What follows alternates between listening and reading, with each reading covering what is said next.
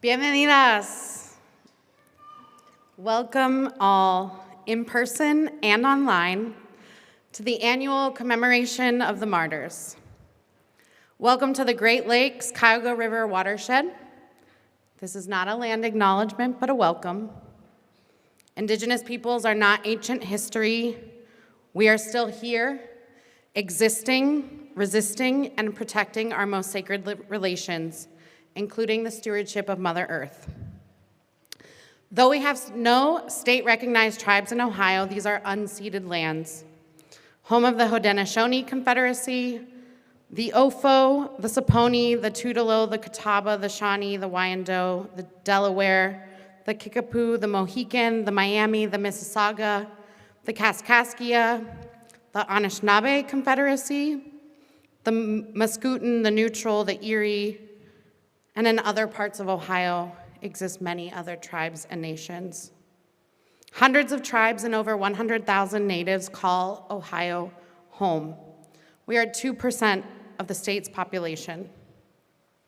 It is my humble prayer that our shared communities repent from the harm which has been done in our name and atone for that which we are complicit through acknowledgement, reparations, repair, and a guarantee of consensual offerings through mutual stewardship.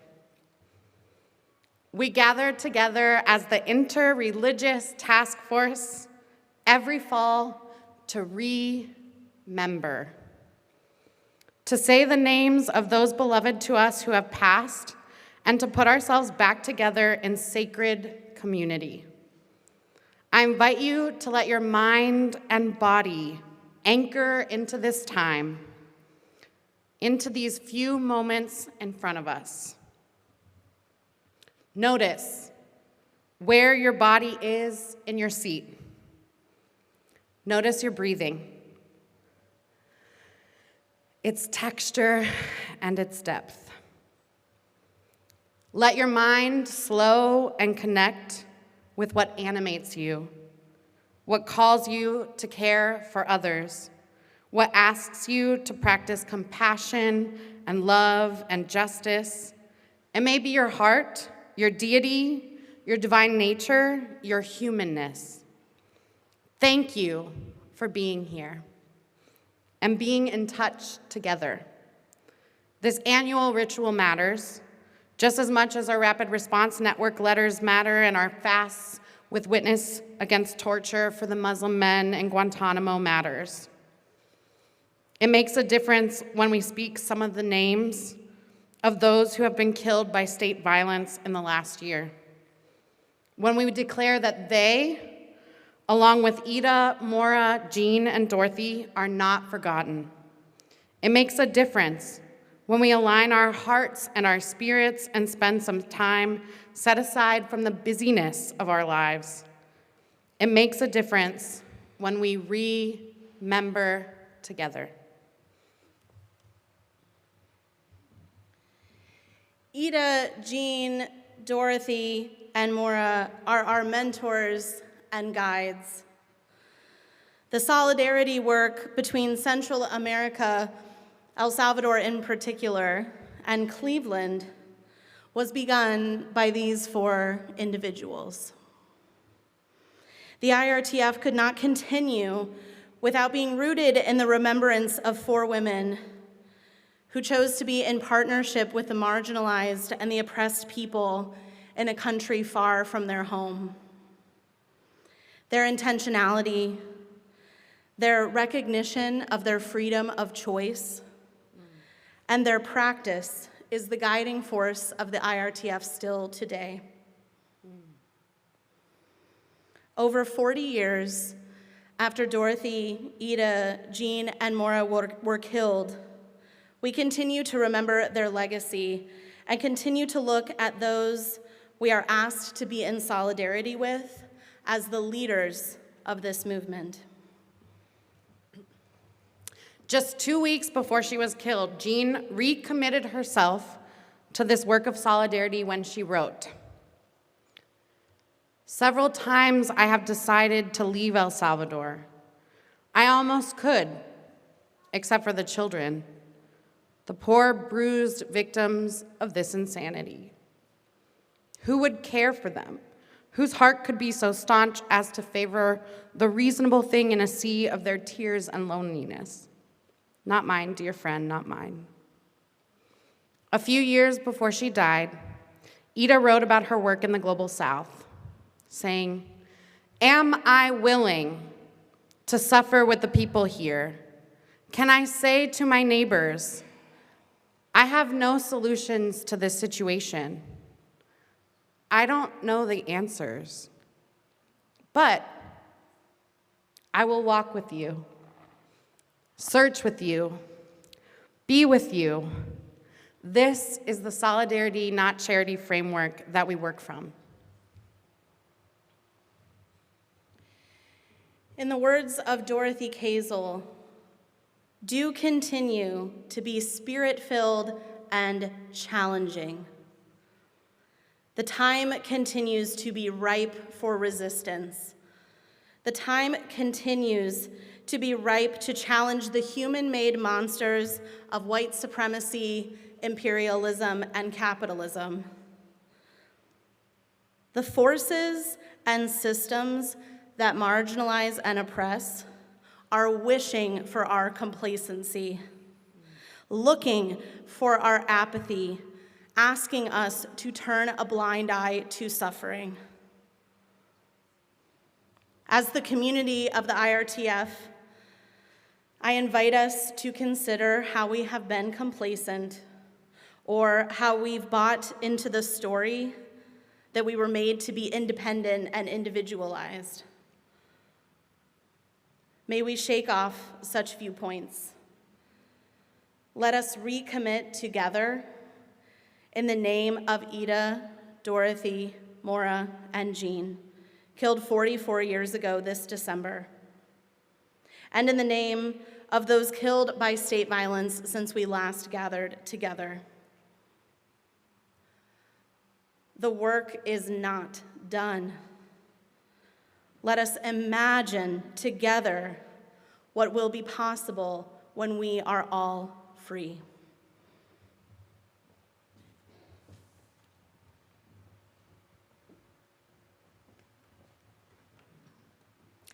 I'm going to be sharing a poem by Rifat al-Arir, a Palestinian who was killed last December by an Israeli airstrike. This is his last known poem, If I Must Die. If I must die, you must live, to tell my story, to sell my things, to buy a piece of cloth and some strings. Make it white with a long tail, so that a child somewhere in Gaza, while looking heaven in the eye, awaiting his dad who left in a blaze and bid no one farewell, not even to his flesh, not even to himself, sees the kite, my kite you made, flying up above, and thinks for a moment an angel is there, bringing back love.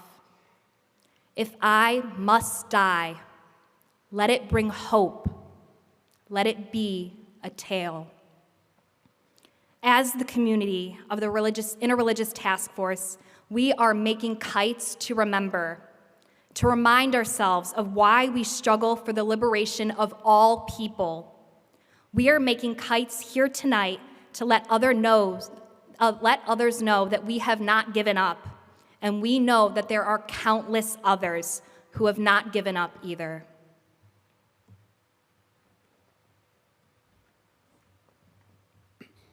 Since we've gathered 1 year ago, we have written dozens of letters to express our outrage and to call for justice in the deaths of dozens of people in Central America, Colombia, and southern Mexico. People whose lives were cut short because they dared to speak truth to power. You are invited to proclaim presente after the reading for each country. The practice of announcing present in Spanish is a way to declare that our dead are still here with us. It's how we say their names. No longer here in body, but still here in spirit and in our hearts. Presente, hear their names now.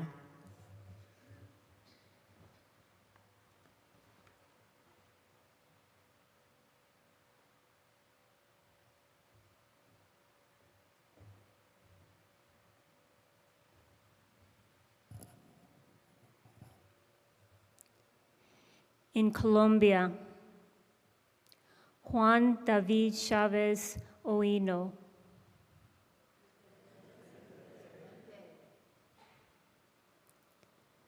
Fanor Guazaquillo Peña, presente.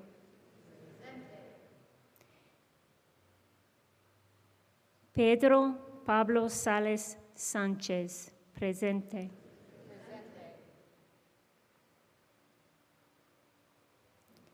Camilo Osuna, presente.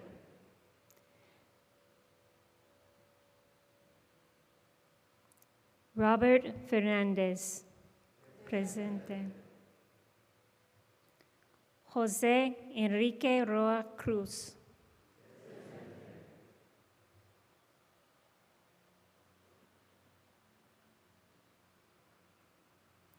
Eliezer Chocue.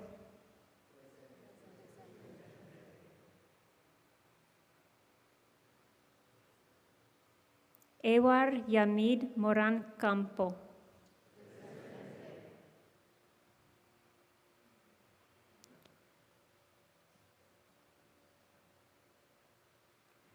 Ludivia Galendez Jiménez.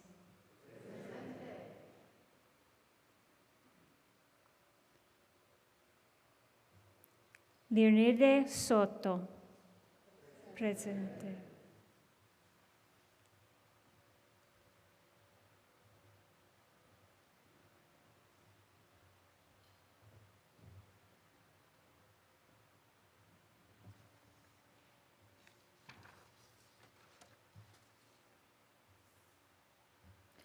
John Freddy Muchavisoy. Faber de Jesús Rincón Pérez. Nayeli Sulpeda and her 14-year-old nephew, Edison David. Carmen Yule Pavi. Narciso Beleño Belaides. Alba Rocío Reaño Sosa. Luis Eduardo Vivas. Yoli María Tolosa Cardosa. Jorge Méndez. Armando Torres Beorques. Germán Ríos Cifuentes. Belesca London. Carlos Andrés Esquae Tumbo. Carlos Andrés Becoche. Roxeda Sanguino. Heber Rivera Méndez. Presente. Presente.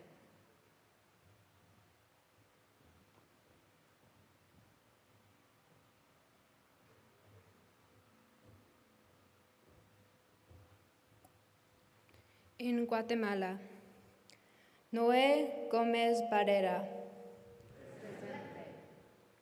José Domingo Montejo. Presente.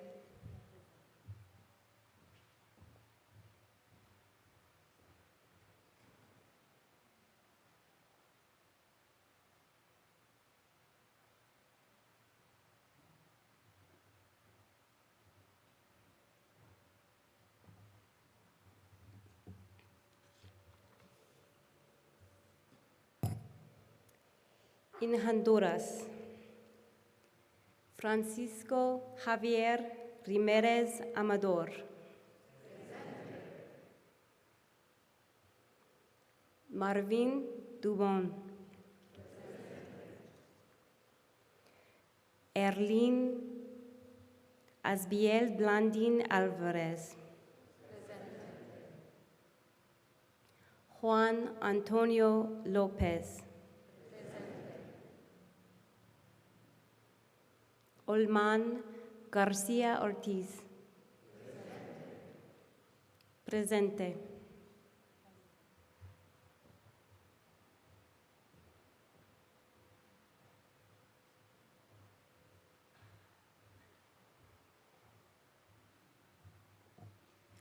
In El Salvador, Franklin Gabriel Izaguirre.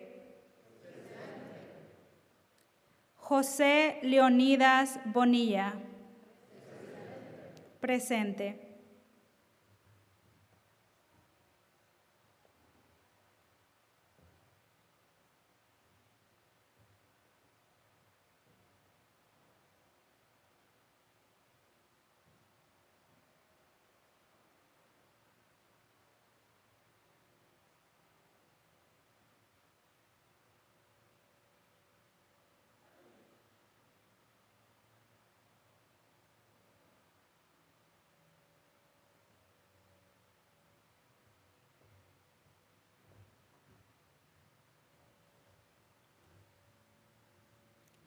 In the Martyrs of El Salvador, killed in 1980, Saint Oscar Onurfo Romero,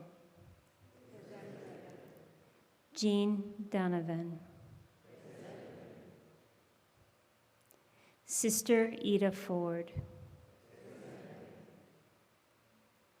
Sister Maura Clark,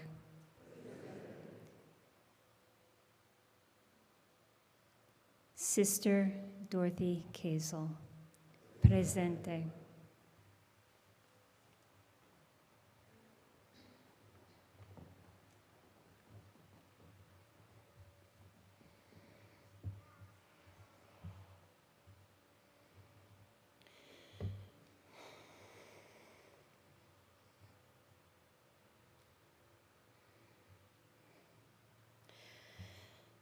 Together, we hold these individuals and their families up to the highest good.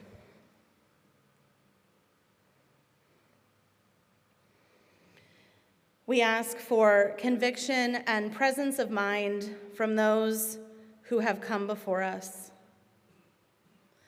And we remember that when we look to community, not individualism, we can co-create the just and equitable world that we know is possible. Continue to be spirit-filled and challenging. In the name of all the martyrs, and in the name of peace and love and justice. Amen. Ashe and Aho. Presente.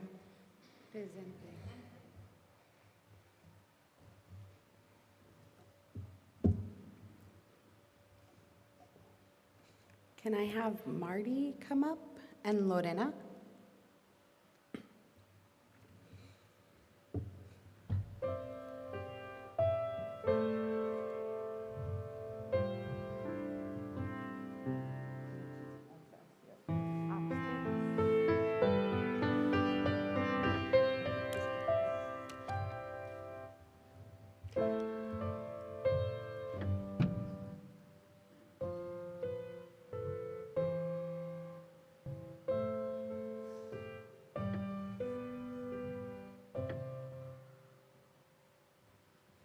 I'm so honored to introduce Lorena Ahuajo. She is the current president of the Asociación for the Development of El Salvador, also known as CRIPTES, which is a partner of U.S. El Salvador sister cities. From a young age, she lived through the injustices perpetuated by the Salvadoran land-owning class, leading her to question the realities of the campesinos around her and awaken her social consciousness. Lorena joined the people's struggle in 1980 at only 18 years old after the Salvadoran military tortured and killed her parents and siblings. She's a survivor of the 1981 massacres in San Carlos Cabañas, as well as the 1984 Gualcinga Chalatenango massacre. In her fight for justice and respect for the people, she has been the victim of detentions and torture carried out by the National Guard and the Salvadoran military, and in peacetime by the National Civil Police while defending water rights. When Cryptes was founded in 1984, Lorena played a key role in accompanying refugees returning to El Salvador. She also participated in various dialogues on the transfer of land and the return of communities to their places of origin. Since that time, she has been part of different decision-making spaces promoting the defense of human rights, community organizing, and environmental justice. In La Libertad, she was an alternate deputy for 4 years before becoming the governor of the Department of La Libertad. Mucho gusto. Gracias.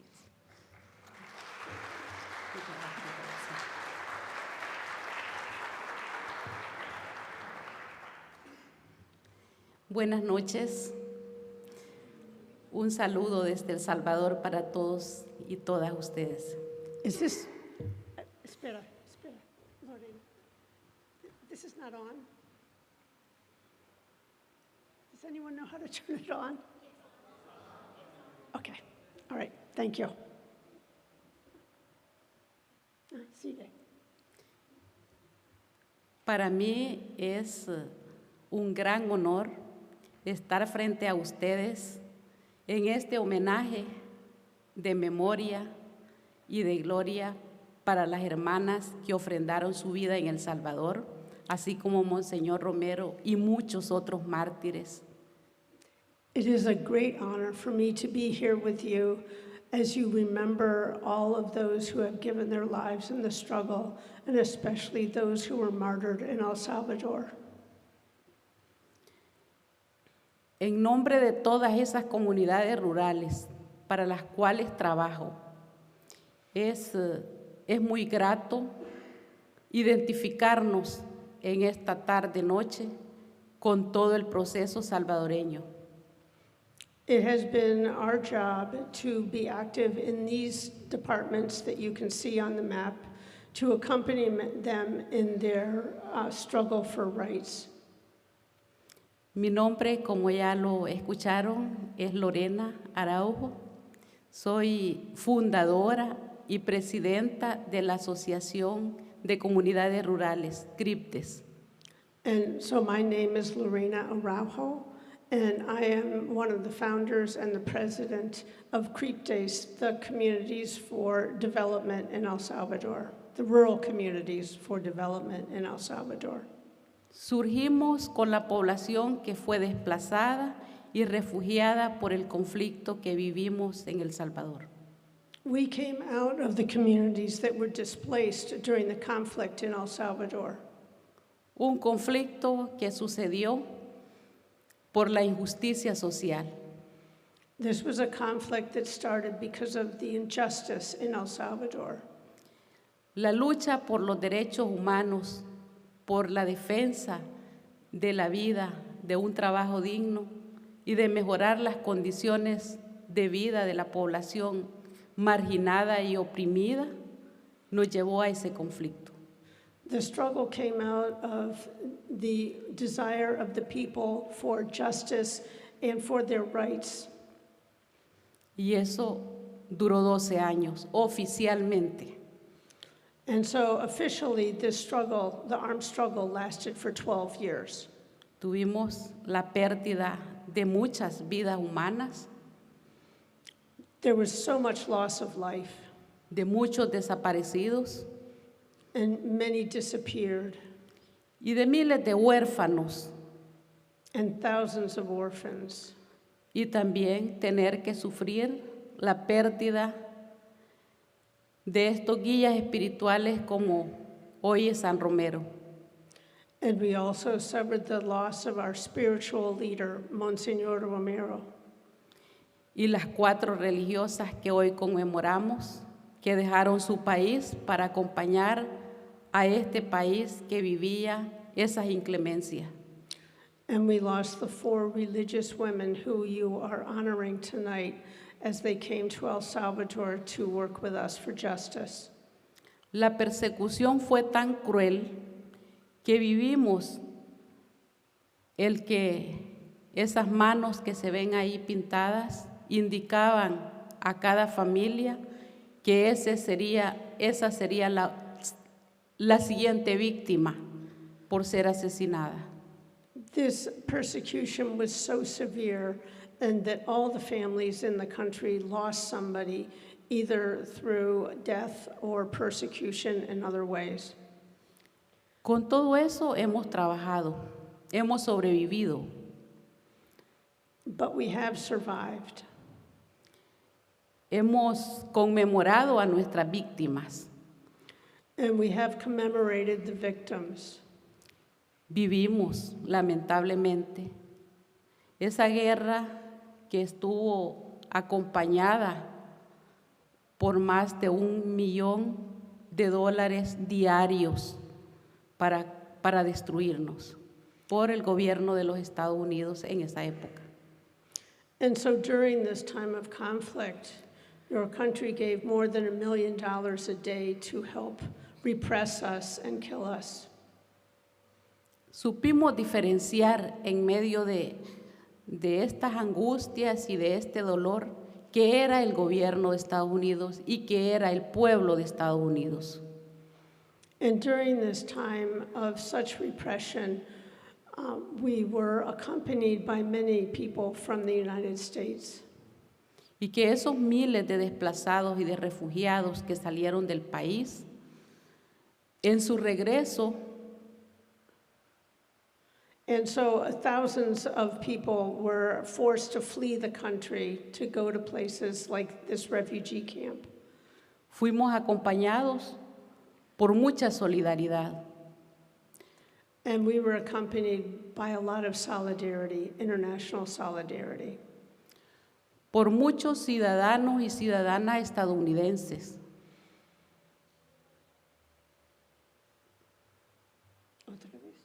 Fuimos acompañados por muchos ciudadanos y ciudadanas estadounidenses.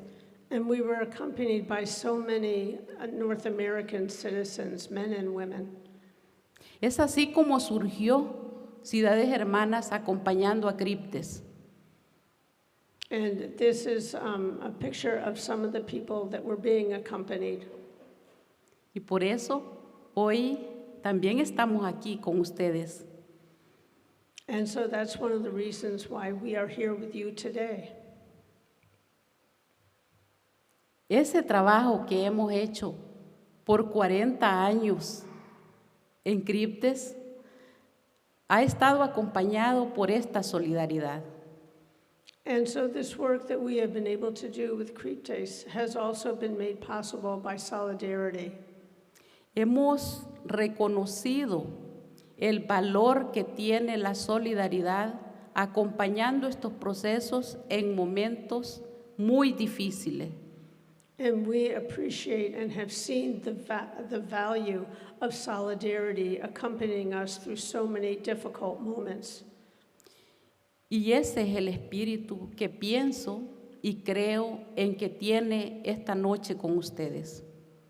And so it is such a pleasure for me to be here tonight with you.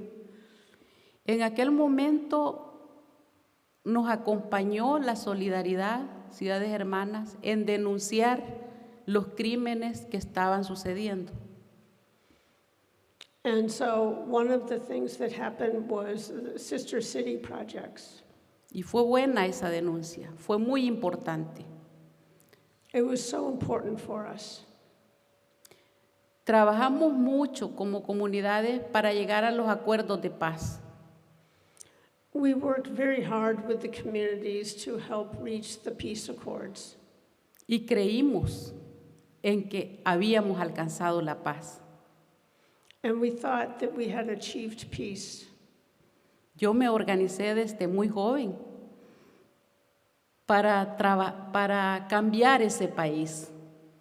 I began organizing when I was very young to help bring peace to my country.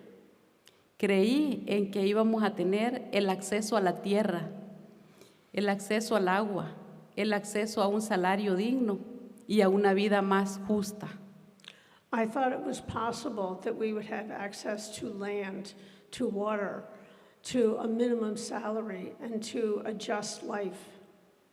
Lamentablemente, en el paso del tiempo, hemos llegado a una actualidad que nos da coraje volver a pensar que se repite esta historia. But sadly, over the passage of time, we have come to a situation that seems to be as bad as before. Hoy en día tenemos el contexto salvadoreño. Ese nuevo contexto salvadoreño Today, we are living a new context, a new situation in El Salvador. vuelve a ser la militarización, vuelve a ser la persecución, Militarization is back, persecution is back. ese abuso de poder que tiene el presidente que se llama Nayib Bukele, This is from the power of our current president, Nayib Bukele, con el pretexto de combatir el crimen organizado, la delincuencia y las pandillas, with the pretext of combating the organized gangs and delinquency and violent crime. nos ha llevado a hacer políticas represivas. He has implemented very repressive policies. Ha llevado a la cárcel a más de 40,000 personas inocentes. He has put in jail more than 40,000 innocent people. Y ha encarcelado a personas luchadoras sociales que tienen una historia en el país de defensores de derechos humanos. And he has imprisoned so many people who have long been in the struggle for social justice in our country. Uno de ellos es un firmante de los acuerdos de paz. One of them was even a signer to the peace accords. Una persona que estaba como paciente y el día antes de la toma de posesión los mandó a sacar a las 2 de la mañana. He had had heart surgery, and that very night they came to his house and took him to jail. Recién operado del corazón, He had just had heart surgery, acusándolo de que le iba a hacer un atentado el día que tomaba posesión por segunda vez. They accused him of plotting an attack against the government that day. El presidente Bukele está siendo responsable de muchas muertes y de torturas en las cárceles. President Bukele is responsible for so many deaths and torturings in the jails, prisons. Estamos frente a una dictadura. Estamos frente a una dictadura. We are organizing around this. Este presidente está haciendo uso y abuso de poder. This president has committed use and abuse of power. Y cuando decimos que hace uso y abuso de poder, es porque tiene el poder ejecutivo, And he has committed this use and abuse of power through his control of the executive branch, el poder legislativo, el poder judicial, he also controls the legislature and the judiciary and the police, y el poder coercitivo, que es la Fuerza Armada y la policía. and through the executive branch, he is controlling the army and the police. Sucede que en El Salvador hoy no se puede hacer denuncias. And so in the current situation, you can't denounce this. Prohíbe la organización, la movilización, He has prohibited organization and mobilization to marches. y retrocede en toda la conquista que hemos hecho en defensa de derechos humanos. And he has made us go backwards in all the progress we have done in the defense of human rights. Resulta que hasta nuestra cuenta de Twitter fue bloqueada porque pedíamos la construcción de unas obras para la gente. And he has done this down to the municipal level, persecuting people. Mientras todo eso sucede, que son cosas feas, And all of this has happened with new infrastructure and administrations. sus decisiones son desalojar a la gente que vende en las calles, a la orilla de la playa, One of the things he has done is to kick the street vendors out and also the vendors that work on the beaches. y promueve los entretenimientos. And he has, Los entretenimientos como la alegría, como aquello que se le olvide a usted que hay problemas en el país. and it seems like we have gone back in time to when there were encampments. Desaloja a los vendedores y les quita la tierra a los campesinos para hacer cárceles. He has dislodged the small farmers and the vendors and kicked them off their land and made prisons. Destruyó 300 hectáreas de tierra para sembrar una cárcel para 40,000 personas.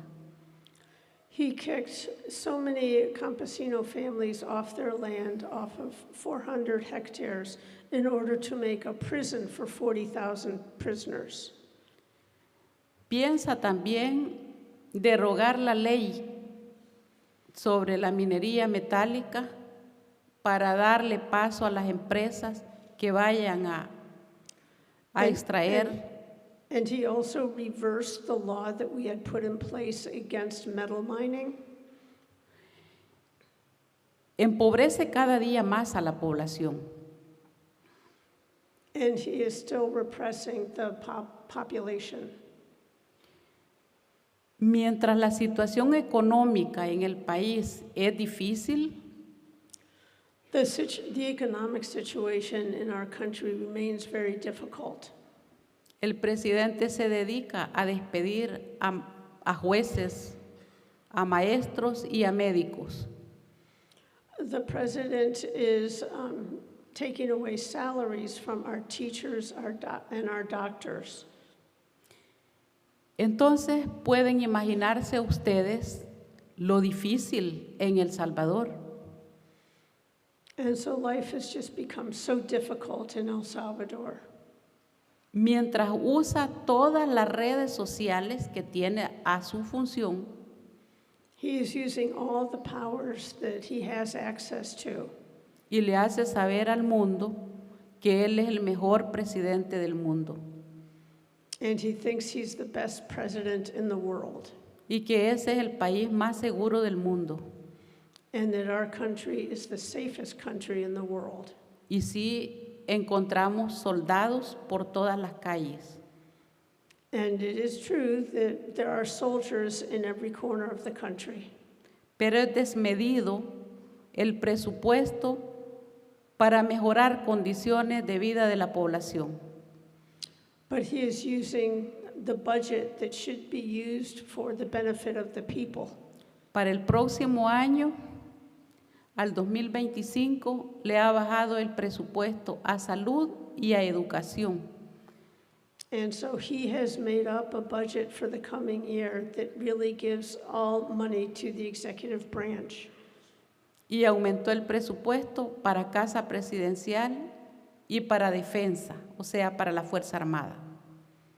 And most of this money is actually going toward the presidential house.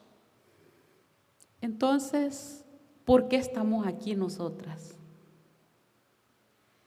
And so what are we doing now? Porque así como en aquel tiempo de la guerra, nosotros nos hicimos acompañar de esta gran solidaridad, hoy también necesitamos esa solidaridad para que se conozca lo que está pasando. And so again, we are accompanying the communities that we have been working in because we need to know what is happening in them. porque todas estas voces deben de salir de nuestras fronteras. Because this is happening in all countries, in all corners of the country. Nosotros creemos en que la justicia social y la defensa de los derechos humanos es algo que se debe trabajar todos los días. And so we believe that in order to achieve social justice, we have to be working at it every single day. Porque los que tienen poder quieren cada día más poder. Because those who have more power every day. A costa de reprimir, de desaparecer o de destruir las vidas humanas. And he continues to repress and disappear and maltreat the human beings in our country. Esto que está sucediendo nos lleva a una fuerte migración de los jóvenes. And so one of the things that we are doing is we are working with youth. Porque los jóvenes son amenazados y antes de querer estar en una cárcel, mejor pasan el desierto y buscan sobrevivir para poder ayudar a sus familias en El Salvador. The unemployment is very high and youth need work. They want to work so that they can help support their families and survive.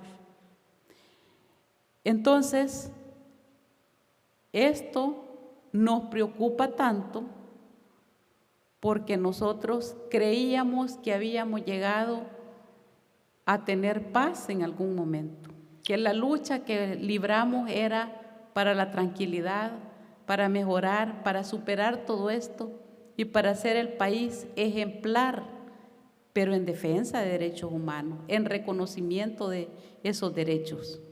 And so this is just so worrying to us because we really thought that we were going to be able to achieve peace in our country, and now it seems like it's just not happening. Y nos preocupa grandemente que otros países quieran tener presidentes como Bukele. And it's also worrying that other countries seem to admire President Bukele. Porque eso significaría que la región o otro, cualquier país del mundo, esté en estas condiciones que estamos nosotros hoy. Because this seems to signify that we might be an example for other countries in the world. Las democracias son frágiles cuando no están bien sustentadas. Democracy is very fragile and it must be protected always. Y todo esto nos invita a reflexionar y a poder caminar juntos en el cumplimiento de un objetivo que sea liberador, que sea humanista, que sea pensante. And we need to all march together in the same direction, looking for a liberating way of life. Y que tengamos puntos en común para tener una verdadera democracia y gobernabilidad. And we think that the whole world needs to participate in this. Las transparencias de los gobiernos deberían de estar a la vista de todos los ciudadanos y ciudadanas. And it is the job of the government to watch out for all of its citizens. Pero eso nos hace mucha falta. But this isn't happening. Entonces, yo finalizo diciéndoles que esta persona que está al frente de ustedes And so we think that we can share this work with you. he trabajado promoviendo esta organización, acompañando a la gente, escuchando todos sus sentires y pensares. And so it's important that we work together and that we listen to what the others are thinking. Y me ha llevado a riesgos enormes, como ser detenida 3 veces en aquel momento. And this is something that we have learned in our struggles throughout the years. Haber pasado por la cárcel no es una cosa que no marca la vida, la marca y mucho. And so many people have been imprisoned, and so many people have died in the prisons. Perdí casi toda mi familia en el tiempo de la guerra.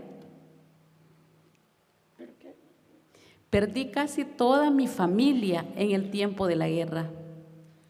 It is like in the time of war when all of our families were affected.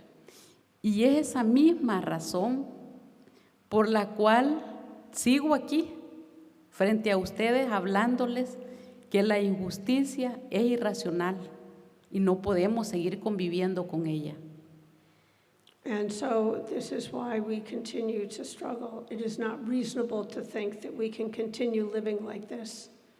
Y que frente a las medidas represivas y opresoras contra el más débil, que es la población pobre, And the repression is falling most heavily on those who are weakest, who are mostly the youth. debemos de seguir uniendo fuerzas. We really need to work with them. Vi a los líderes que presentaron ahí, muchos de ellos los conozco, especialmente los hondureños y algunos guatemaltecos, que ya no están con nosotros, pero su espíritu de amor y de lucha está aquí. And so we are doing some classwork, and there have been some Guatemalans who have been helping us with this. Pero es triste saber que eran seres humanos con mucho amor, sueños, esperanzas y compromisos para los pueblos. And it's so sad for us to see how the dreams of our young people are being squashed.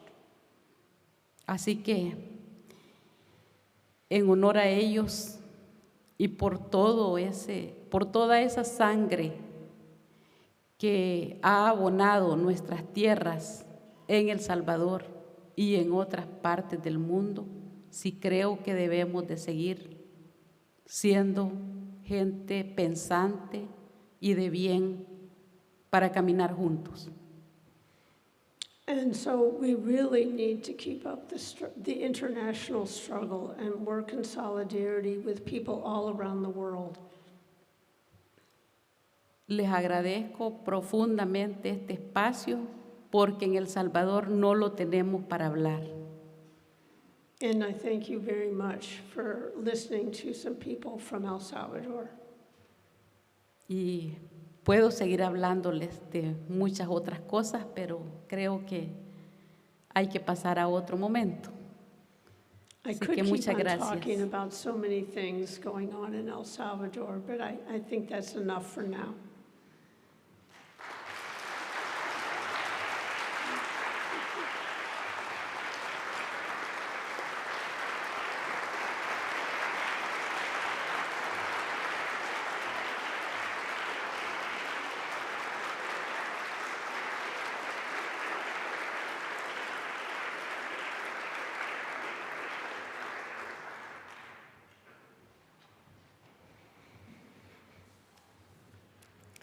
We're so lucky to have your presence here with us. I don't know if you caught a couple of things, but Lorena wasn't just talking about all of our families, she was talking about her own personal experience. And I think it's important to talk about the 40,000 people who we know are innocent in El Salvador. But it's also important to talk about the fact that El Salvador recently became the most incarcerated place in the world per capita. And more than 80,000 people have been incarcerated, and more than 300 people have been assassinated during the state of martial law, this state of exception or state of emergency. We're gonna have a time for question and answers after a short message from your hosts. First, I want to just thank Lorena and Zulma and Kelly and Emma for coming all this way, for being part of our community. We hope that you will come back many times over the years and bring other friends. I also want to thank my incredible, incredible team. Brian, our co-director, who I've been working with for 12 years, who has been stewarding this work for nearly 3 decades with IRTF and with organizations in South Texas. For my awesome colleagues in the office, this year's Action Reconciliation Service for Peace volunteer, Lily.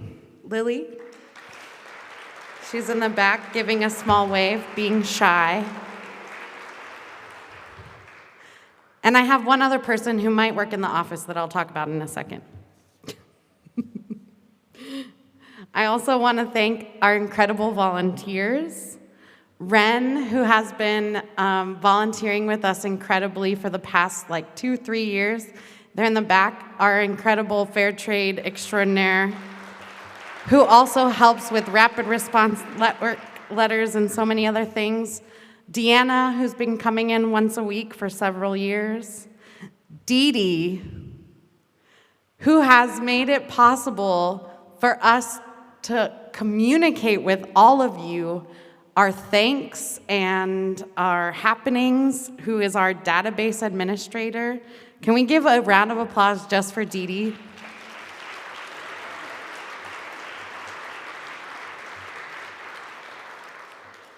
Janet, our wonderful bookkeeper, who's been with us for nearly 30 years, definitely more than 20, and all of the wonderful people who volunteer their time with the Rapid Response Network.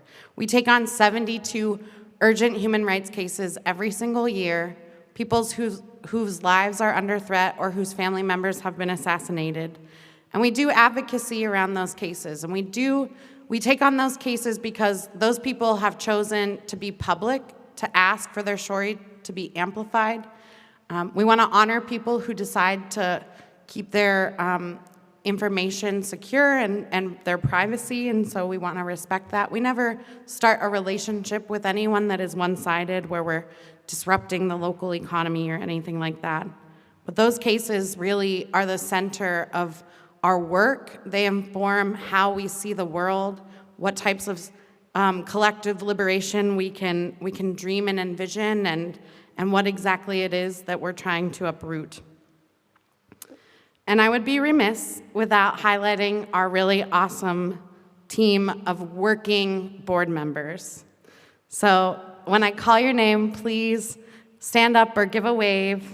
If you're here. Some of them are downstairs volunteering, so they're not missing out. They're working out as well. Diana, Emily, our co-chair, Quinn, our treasurer, Elizabeth, our secretary, Megan, who has, in addition to chairing 2 committees, has organized all of the food that you already enjoyed this evening. So you can say hi to her downstairs. And our new board members, Lex, Noelle, and Ape.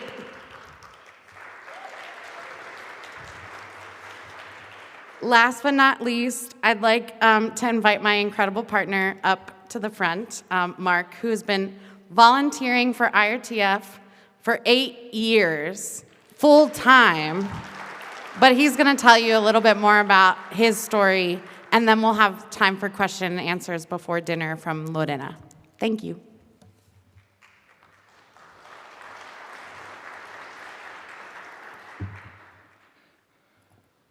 Okay, I had to make some notes for myself here. Say good evening. Good evening. Good evening, friends, siblings, loved ones. Thank you so much for joining us in person and online. I feel this is very boomy. Should I back up a little bit? Or is it okay? Okay. My name is Mark Alvarado. I am, as you've just heard, a full-time volunteer with IRTF. I am also, as many of you know, a life partner to one of the two co-coordinators, the only two wage-earning staff of IRTF, who, by the way, is going to marry me this coming spring. So.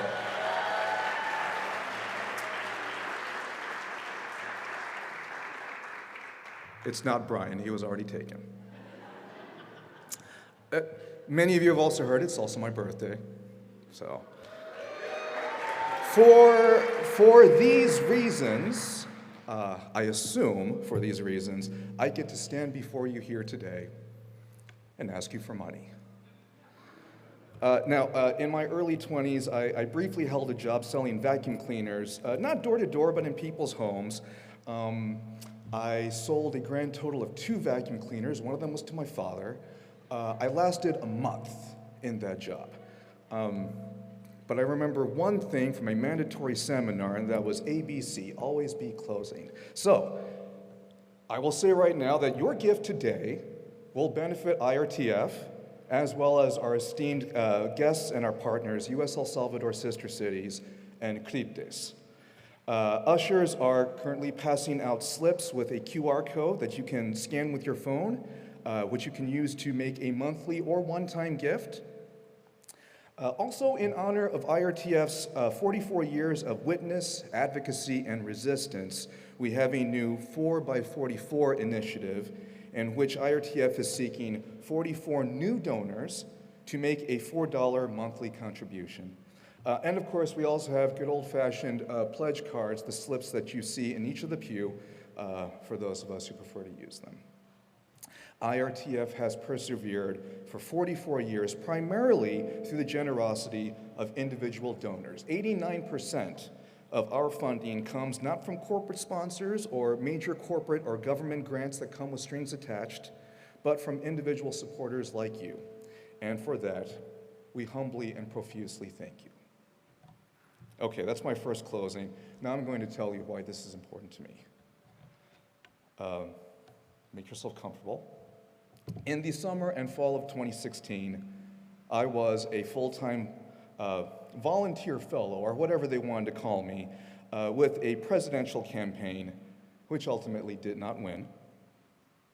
I had recently moved back to Cleveland, and I was looking for some kind of work experience, something that would pop on my resume, so that, after this election, I would be able to find myself work in the nonprofit sector, presumably holding my new president's feet to the fire. Volunteering in a major urban center in what was then a swing state for a winning presidential campaign seemed like just the thing. We all know how that went. Now, at this same time, I started dating someone who told me that they were part of a Latin American human rights solidarity organization. You get the point. What happened is, this is how I found myself not long after the November 2016 election, actually the day after the November 2016 election, suddenly without a job and volunteering in the IRTF office. I was labeling and stuffing envelopes for IRTF. Once again, this was 8 years ago. And I bring this up because the envelopes I was stuffing had been donated. Every envelope had the name of some company. I don't remember the company's name, never found out what they do, but I was placing stickers over the company name on each envelope. A little bit of context.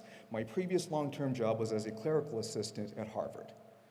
Specifically, I was stuffing Harvard-branded envelopes with development reports to obscenely wealthy donors, many of whose names I had recognized from the news, and not always for the best reasons.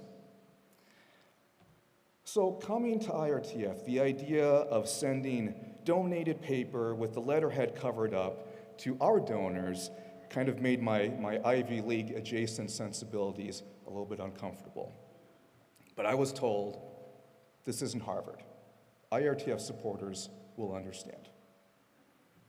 And I came to learn, not just understand, but expect that in every way possible, we would strive to live into our values.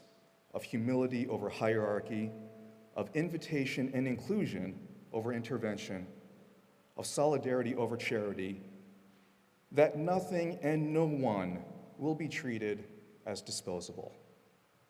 These values lie at the heart of IRTF's work and in our organizing, which I would say is based first and foremost on the relationships that we steward and the beloved community we are all working to build together. I mentioned hierarchy. My partner, the one who asked me to volunteer for a little while after the November 2016 election, always says that we're not trying to grow IRTF into this huge nonprofit with more than 2 paid staff members and computers that don't require 3 hours to do 1 hour of work. What we're trying to grow is a community where 1,000, 1 million organisms like IRTF can exist, a constellation of movements working together in partnership and solidarity, working together to bring beloved community. This is what we do. We foster relationships with our partners in Central America and Colombia, with other regional, national, and international movements, with organizations right here in Cleveland and Northeast Ohio, many of which IRTF helped to found, with all of our partners who will never stop showing up for the ones that they love, for peace with justice. So 8 years later, my ambitions have been altered somewhat. I never updated my resume after that presidential campaign. I never went to work for a major nonprofit with a massive endowment and branded envelopes, and nor would I want to now.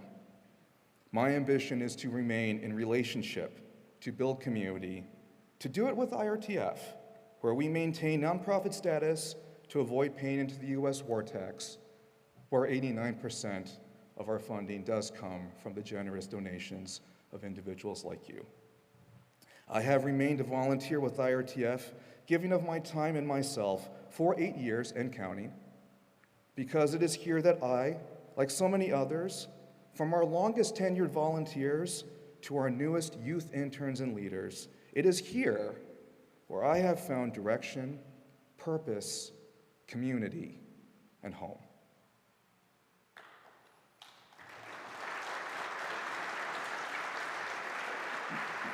Now, I'm not asking you to give the next 8 years of your life as a volunteer, although if anyone is offering, we're not refusing. I'm also not asking you to give to IRTF so that we can grow larger, be more competitive, and dominate the nonprofit landscape. IRTF will always be humble. When you go to dinner tonight, you may notice that the signs on your dinner tables are printed on the backs of signs from previous commemorations.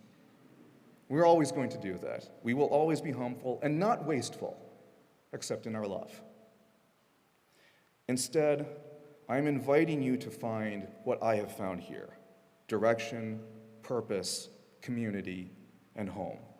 And to give what you can to help keep the lights on, to keep the water running, to keep the table crowded and still inviting, to keep the hearth fire burning in our collective home.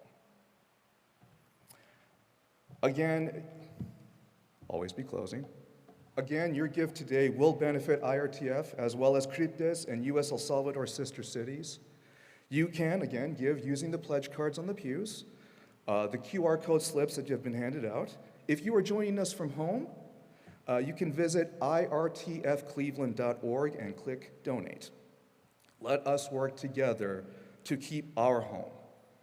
And thank you for your support, for your solidarity, for working to build beloved community without hierarchy, without domination and exploitation, without borders. Thank you.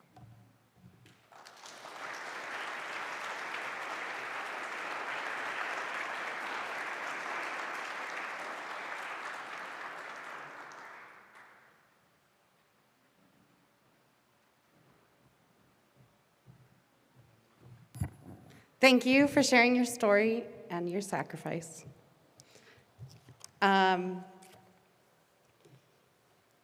The ushers are going to bring those baskets around one more time as Lorena and Marty come up, and we'll have just a short round of Q&A if anyone has any questions for Lorena before we go down to dinner.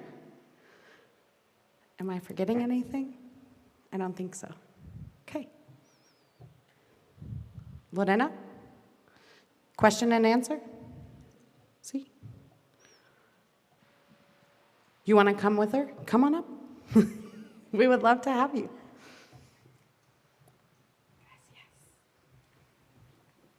So we're going to have Emma come around with a microphone through the audience. If you have a question, please raise your hand up high. We're going to take a couple of questions at the same time and then hope to respond to all of them.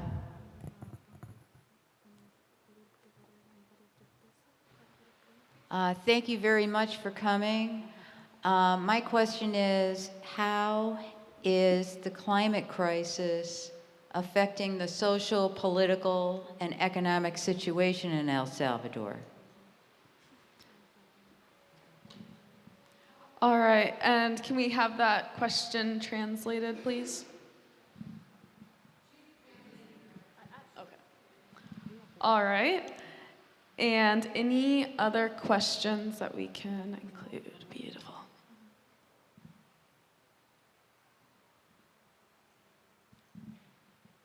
My question is, how are the youth coming to you to organize, or are people wanting to, or are the youth afraid, or do you feel they're ready to organize with the community like yours?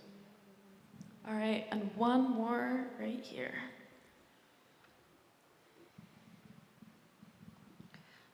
To our struggle together, do you know we are also having a new jail issue in our area.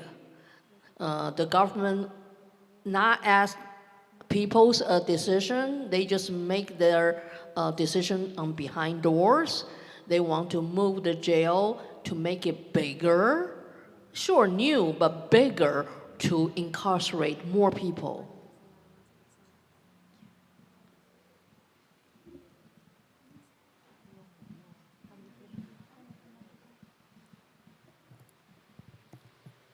Bueno, el cambio climático nos está afectando porque de repente tenemos nosotros una gran sequía, no llueve, y eso nos afecta en la producción. Los agricultores tienen que esperar a ver cuándo va a llover, y no es la época de lluvia, llega la época de lluvia, pero no hay lluvia. Entonces eso no es... One of the problems that we're facing is the lack of rain. And we're in what's called the dry corridor in Central America. And the small farmers are planting their crops and waiting for rain, and then it doesn't rain. Y de repente se viene mucha lluvia. Y esa lluvia también nos vuelve a afectar, porque cuando se ha comenzado a cultivar, nos inunda y se daña toda la producción que se ha podido obtener. And then all of a sudden we'll get a lot of rain, and that causes problems because the floods they damage the crops, and so that doesn't help us. En ese sentido, el calentamiento climático realmente es una realidad que nos afecta de diferentes maneras. Nos afecta la producción, los alimentos, pero también nos afecta en la tierra. And so the climate change is definitely affecting us. It's affecting us in the production of our food, and it's also just affecting the productivity of our land. Más cuando tenemos empresas que contaminan la tierra y nos contaminan el agua. And we have companies that are trying to control the land and the water. Con los agroquímicos, o sea, las fumigadoras que fumigan con venenos que son tóxicos. And we also have a problem with some of the pesticides that are being used. They use an insecticide on some ants that cause damage to the crops. Eso nos hace vulnerables con el calentamiento climático y los usos tóxicos. And so this is something else that is affecting us, the use of toxic chemicals. And also I can add something about that is that, for example, Lorena mentioned earlier that the X account of Cryptes was hacked and blocked by troll centers by the government just because Cryptes, as the community organizing, accompanying communities that were asking the government to build some levees near the Lempa River. And that's an obligation, a responsibility for the government, that those communities are being flooded due to the heavy rains that we just had. And their action or the response from the government was to hack the account that was asking to fix, to solve problems of the communities. So we see that. Another thing is that, for example, Bitcoin. I don't know if you know that Bitcoin has become a currency in El Salvador. And now they want to bring back mining industry to El Salvador in a tiny country that is overpopulated. That is not possible. So we have been affected by, as Lorena was saying, climate change, and the government is doing nothing to support the vulnerable communities that we have in El Salvador. And for the second question, Kelly? Yeah, to answer your question about the youth, many of them are afraid to be organized, as Lorena said before. Many of them are migrating. They are leaving our country because being a young person is a target. You are a target for the government. Just because you are young, you have tattoos, or you are wearing certain clothes. So that's why the young people, they prefer to leave their countries, pass to all those situations that don't having food or have to walk in the desert. They prefer to do that than be in jail. But also there are some young people that are organized. For example, Cryptes, this organization helps the young people in the communities, and they have programs for intergenerational programs where they learn from the leaders, the historical leaders in their community. So they can hear about these experiences of being organized, and I think that is something that is really helpful right now for the young people.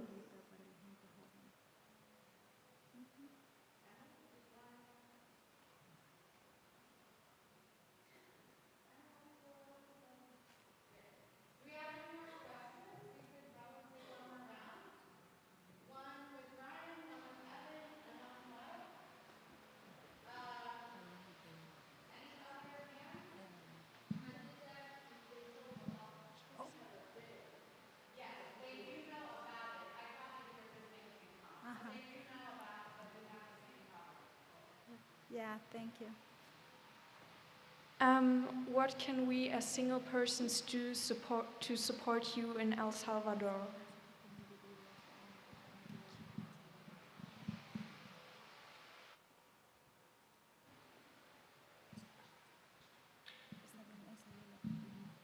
I was wondering if you could tell us some more about what the coalition is in El Salvador that has brought Bukele to power, and perhaps to what degree American or other Western multinational corporations or elements of our government are a part of that coalition.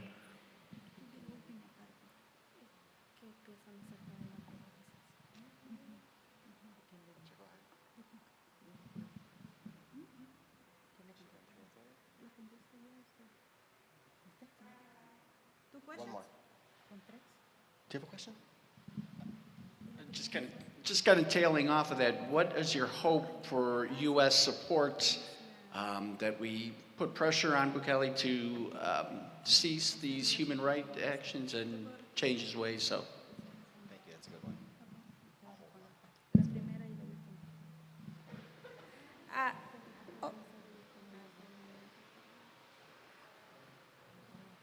So I think that the first question and the last one is sort of related, right?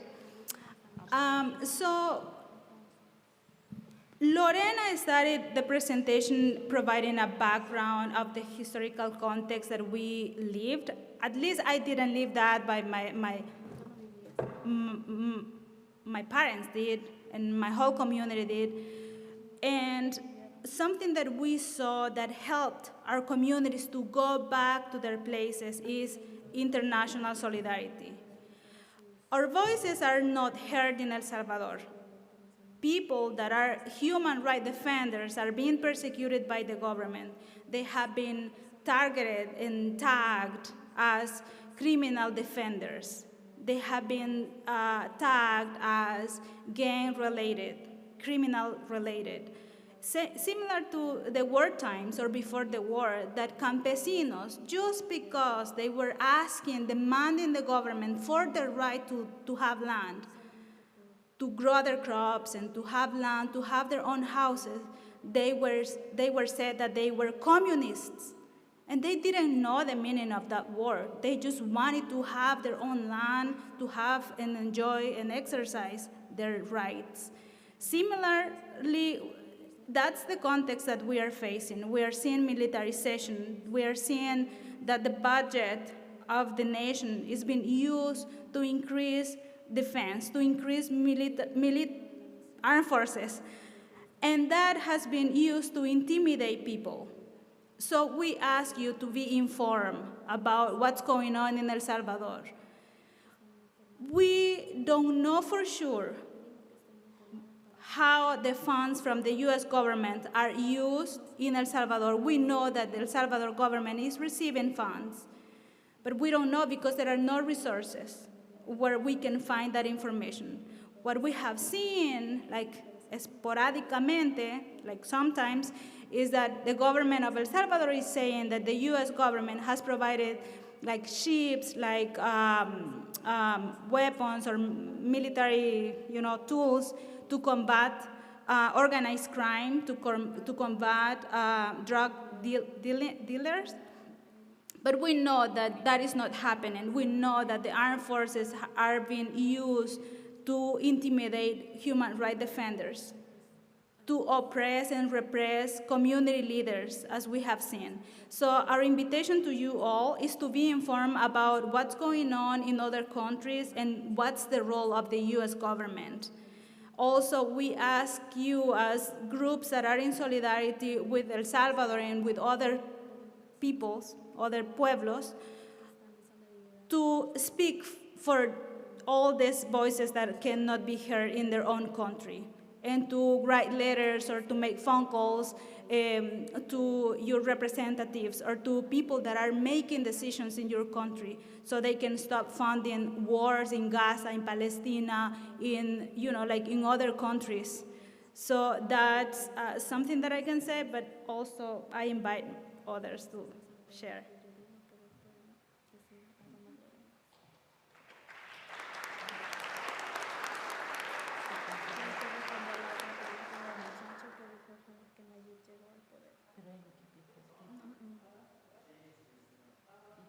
Hi, Jay. Thank you.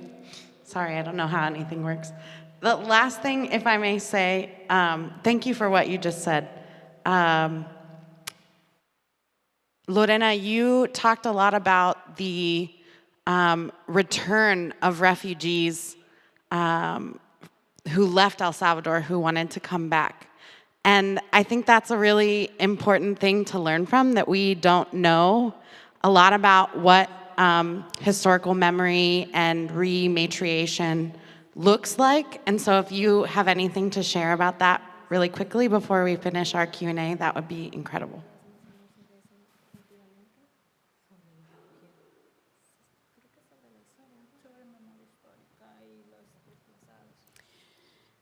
Sí, la memoria histórica.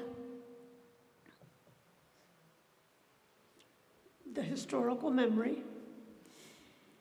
La verdad es que mi persona y un equipo nos involucramos a retornar a esa población que estaba viviendo refugiada en Honduras.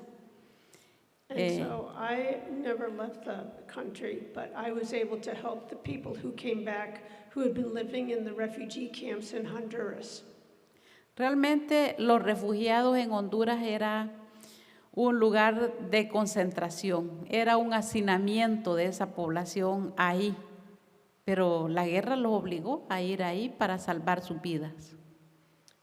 Those places that they were in were really like concentration camps. The people were just all packed in together. Pero esos campesinos, esas familias campesinas siempre quisieron vivir en El Salvador, quisieron siempre trabajar, tener la convivencia de comunidad. But these were people who had been small farmers, and they always wanted to come back to work and live in El Salvador, but be in community. Y fueron organizadas a través de la iglesia. Esas fueron las personas con las que Monseñor Romero, Rutilio Grande, se reunía y hablaban de la palabra y de la fe. And so we were fortunate to be able to meet and speak with people like Monseñor Romero and Father Rutilio Grande. Y por eso fueron perseguidas. And because of that, we were all persecuted. Ahora, ¿cómo viven? ¿Por qué se vinieron también? ¿Por qué regresaron a El Salvador? And so now we have to ask ourselves, what are we living for? Why did we come back to El Salvador? Porque querían contribuir a la paz, contribuir a que se mejoraran las condiciones de vida. Because we wanted to live in peace, and we wanted to make sure that we could keep on living in peace in our communities. Trabajar la tierra. We wanted to work the land.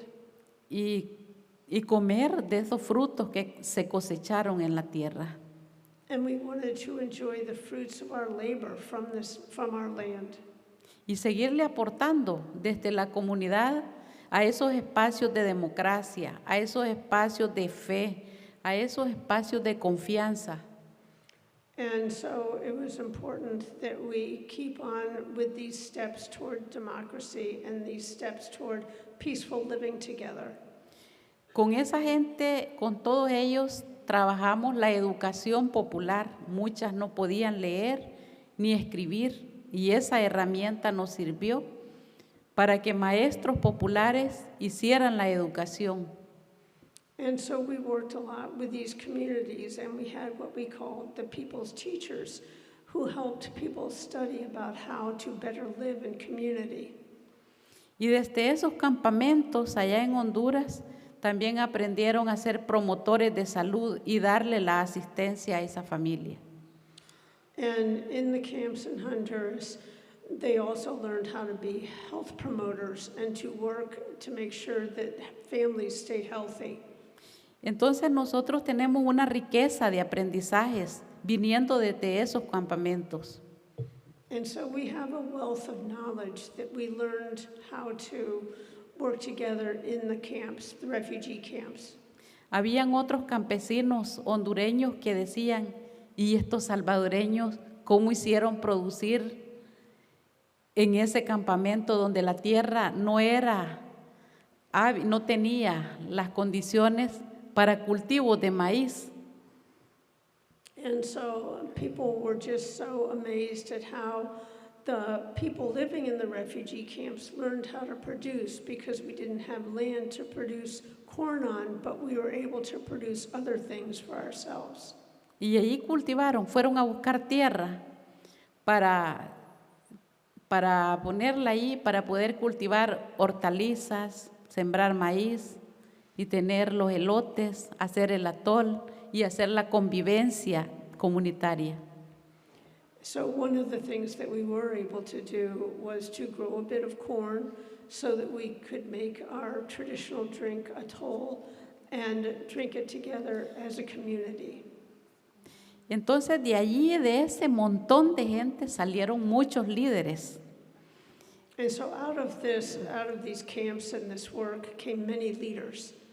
Líderes que hoy estamos haciendo esta memoria, hablar de los liderazgos religiosos que han aportado, hablar de los mártires que han aportado, hablar de todo lo que podemos producir en comunidad. And so we, as leaders, still talk about how much we learned in the camps and about how we can still learn more about living together. Para mí realmente esa gente ha sido mi escuela, mi aprendizaje, mi compromiso. Y digo, lo que yo soy hoy es porque lo he aprendido con esa gente, con esa familia.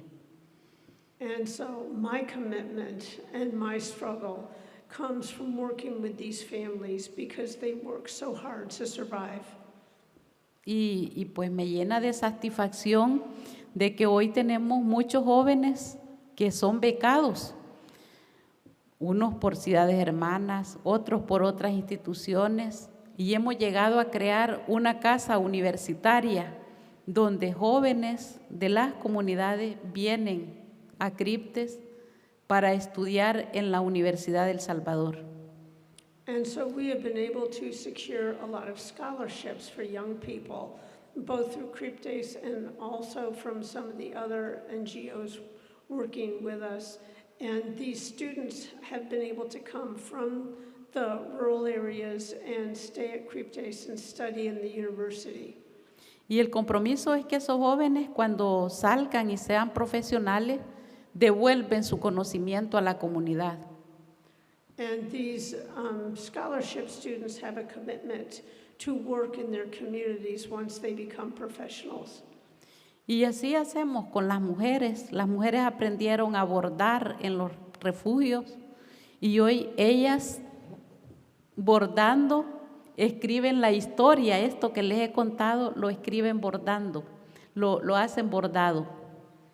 And so many of the women who were in the refugee camps learned how to sew, and they are still sewing things for us. Entonces siempre hay un aprendizaje en medio del dolor.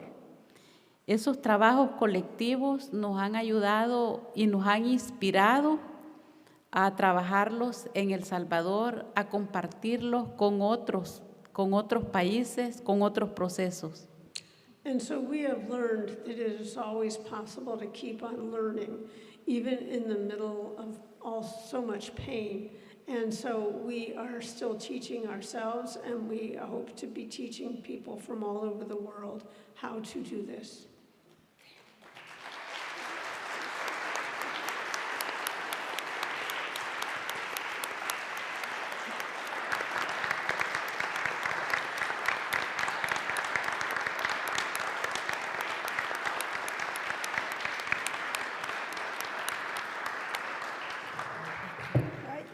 And I know that we all are hungry at this point. I just want to say that I am coming from one of those repopulated communities that Criptes organized in 1992.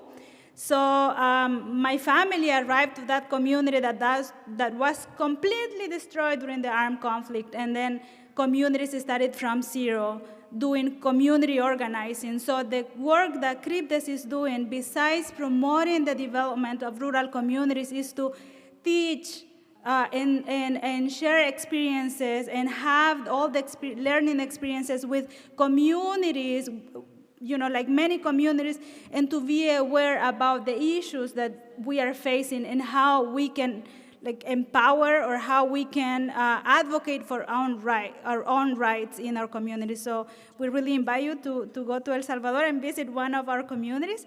But one thing is that we didn't answer one question. I don't know if we have 1 minute.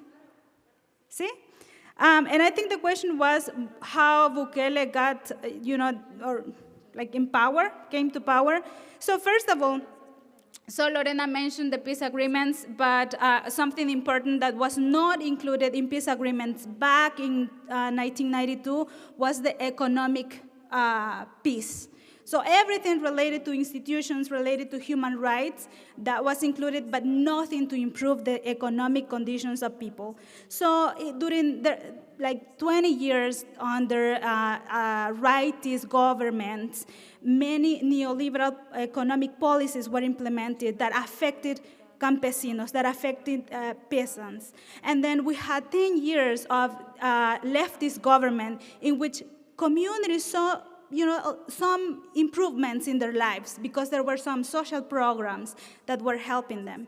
But the main issue that was affecting Salvadorans for over 25 years, which was gangs that were created here in the States, in LA, they were sent back to El Salvador to generate or to cause many problems to our people. So that was the main problem. There was the economic piece as well, but the main pressing problem was gangs. Entonces, Bukele, in his strategy, he used I will combat crime. And that's how people don't care about human rights violations at this point because they see that their communities or in neighborhoods, they are not seeing gang violence. But I can tell you that in our communities that have been organized for over 30 years now, we never had gang violence because we were organized. We had programs for young people, for women, and for the whole community to be all involved in their own development. Now what we are facing is militarization affecting the development of our people. So it was that, he uses the strategy of using militarization so people can feel safe now in our country, but we are seeing in every corner around 8 soldiers holding large weapons, and that's not safe. I don't consider that I live in a safe place because I am intimidated by 8 men that are wearing uniforms and large weapons. And then in the second term, Bukele, the president that El Salvador has right now, violated the Constitution. And that is, as Lorena was saying, it is worrisome for us because even though people are feeling safe now and they are suffering human rights violations and their economy has not been improved, our economy has not been improved, but our hope is that very soon they will realize that above safetyness is the economy, is the conditions of the people. So that's our hope that sometime people will open their eyes and they are not going to be doormats on using or watching videos of Surf City or downtown that has been remodeled. So people in our countries misinformed. Is that the word?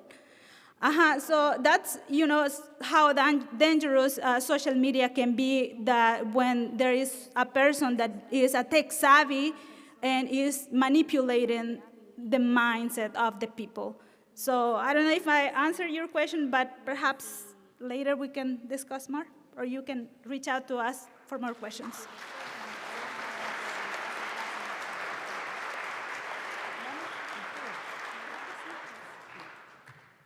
Want to say thank you. Thank you. We want to give a big round of applause to our interpreter, Marty Townsend.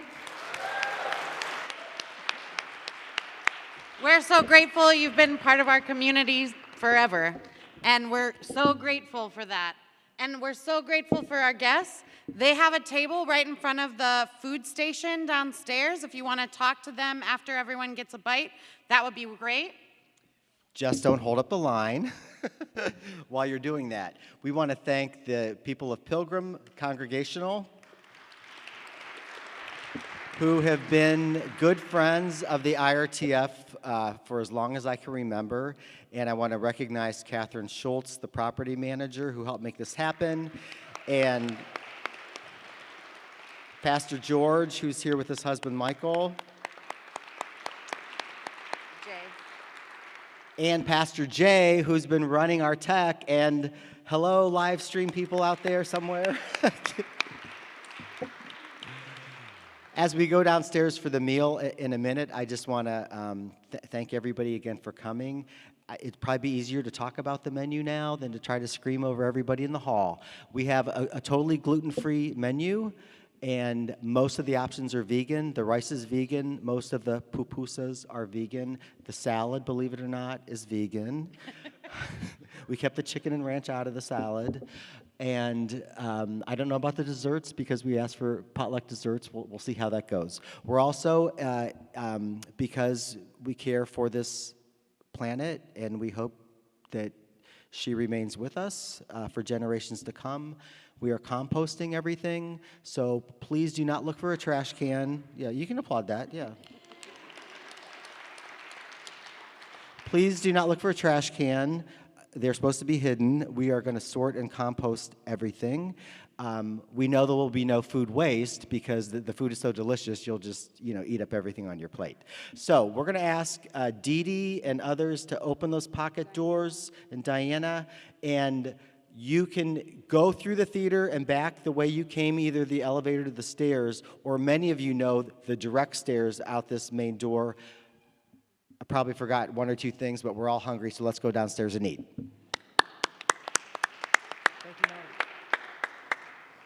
Oh, I forgot to announce, this is why I came up here. Pilgrim is inviting us to a free organ concert on November 10th. Their fabulous musician, Evan Collins, is going to be playing this historic organ at 3 o'clock on a Sunday, November 10th. There are cards floating around. You can ask me, Pastor George, others that are part of the church. Free organ concert here November 10th. Thank you.